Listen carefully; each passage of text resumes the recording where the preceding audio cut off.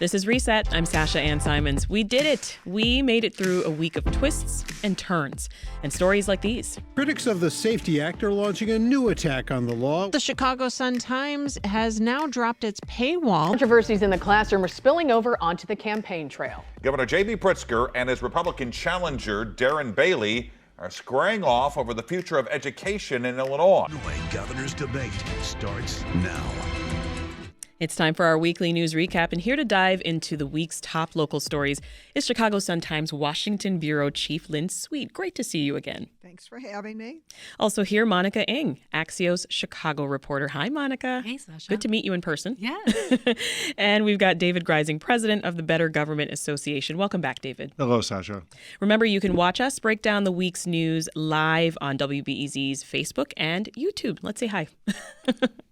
All right, we're going to start with statewide news, first of all, with the election just less than 5 weeks away. The two candidates in the governor's race, they faced off in their first TV debate last night. Did you guys watch? Indeed. Indeed, you did. What about you, Monica? I was hosting an event, but I read all the recaps. All right, well, let's listen to a little bit of that debate. Governor Pritzker's obviously lying about everything that he just said. It's just a lie what Darren Bailey is saying. He's saying we're defunding. He's the one who voted against funding for our state police. J.B. Pritzker has absolutely failed the people of the state of Illinois. Well, over and over again, you've heard Darren Bailey lie just for the last 10 minutes of this debate. Oh, boy. So a little bit of a theme there, I'd say. So each of them is painting the other one as a liar. How do you think that they did, Lynn?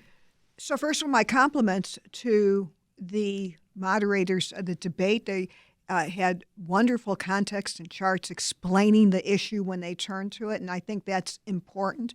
So I think even with the clashing there, it was a productive debate and getting to see the people and the charges, counter charges, and all that. If we take away that, you did learn about what people did not want to answer is as telling as what they did, especially in an issue, let's just take one, on assault weapons. What we heard and didn't hear from both of them, and we could get into it later if you want, spoke volumes. Yeah, go ahead now. So here's the point, and it was asked in the context of the Highland Park massacre, and Governor Pritzker said afterwards we need a statewide assault weapon ban, and he even suggested that the legislature might work on it this summer, which never happened. And he appointed a task force. Well, Bailey then said correctly, you're the governor, nothing happened. And then all of a sudden the legislative process, like, I'm not the legislature, they do their thing, I only urge them, which is not really, it was rhetorical camouflage. And it didn't get done because the bottom line is the Democrats didn't want to vote before the election. And so they're studying it. Now, for his part, Darren Bailey totally evaded the question of an assault weapon ban. And he talked about mental health. And here's the thing. When you talk about the complexity of what to do with mass shootings, one element is mental health. Another is the availability of the weapon. When it comes down to the day of the massacre, if the shooter doesn't have a weapon, then it doesn't happen, no matter the mental health. Yeah. And Bailey totally avoided and evaded that. And votes are really binary. In the end, if it comes to the floor, yes or no, if you're a governor, will you sign it or not? Yeah. And one thing that struck me as odd when you mentioned this is that they both talked about the legislature as sort of being all-powerful.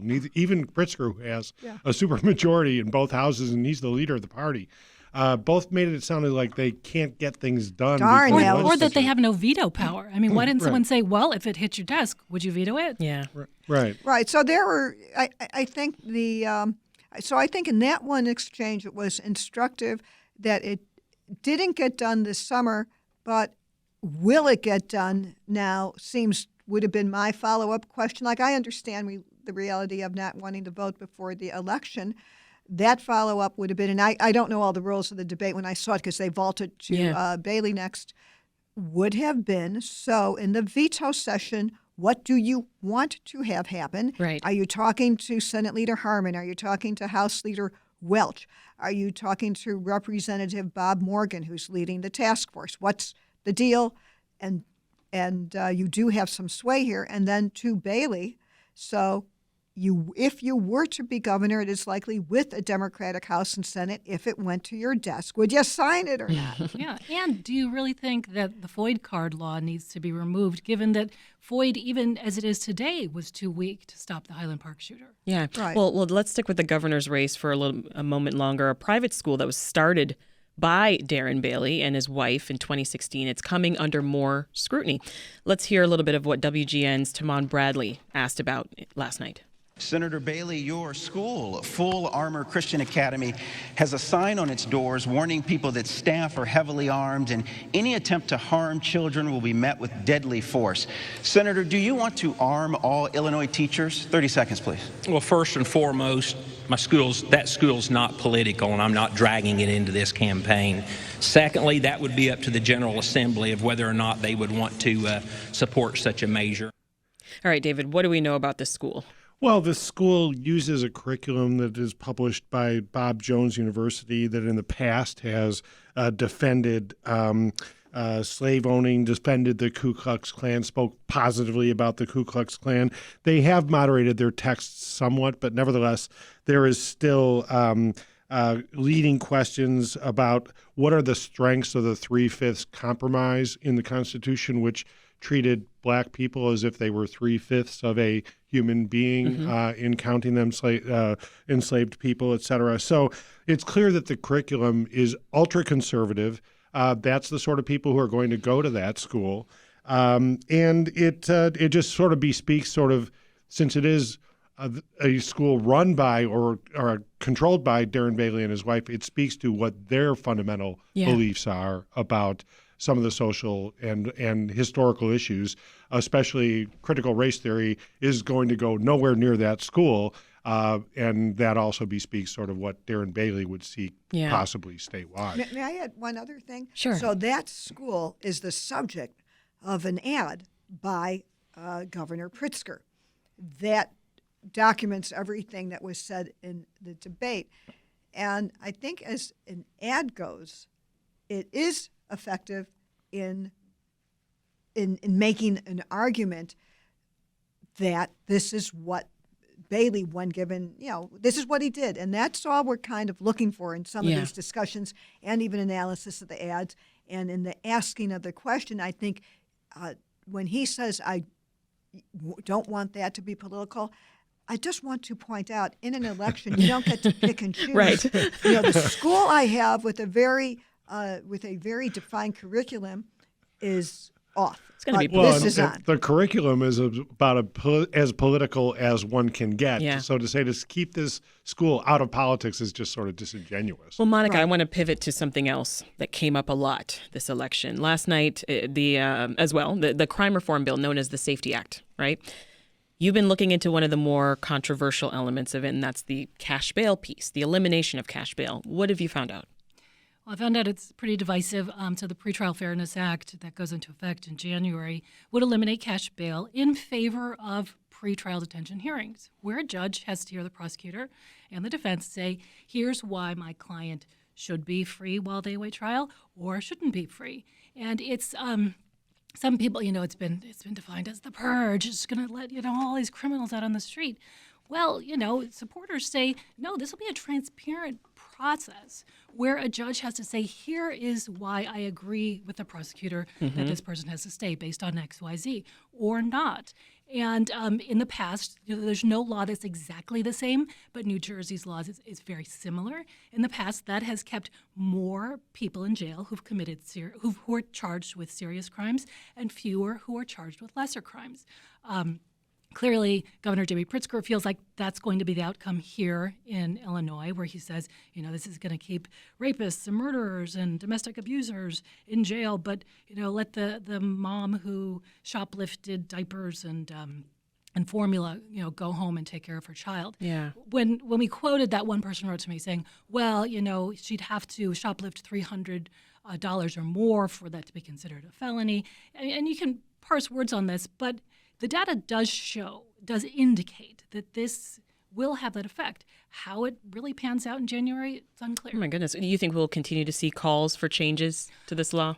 I think we will. And I think that both Kwame Raoul, Attorney General, and the governor have said, look, we expect changes. In the veto session, we're going to be making amendments to this. It's not a perfect law. It's 760-something pages. Yeah. And they're open to it. But I've talked to some state's attorneys who are like, just making changes is like putting a new heart in a corpse.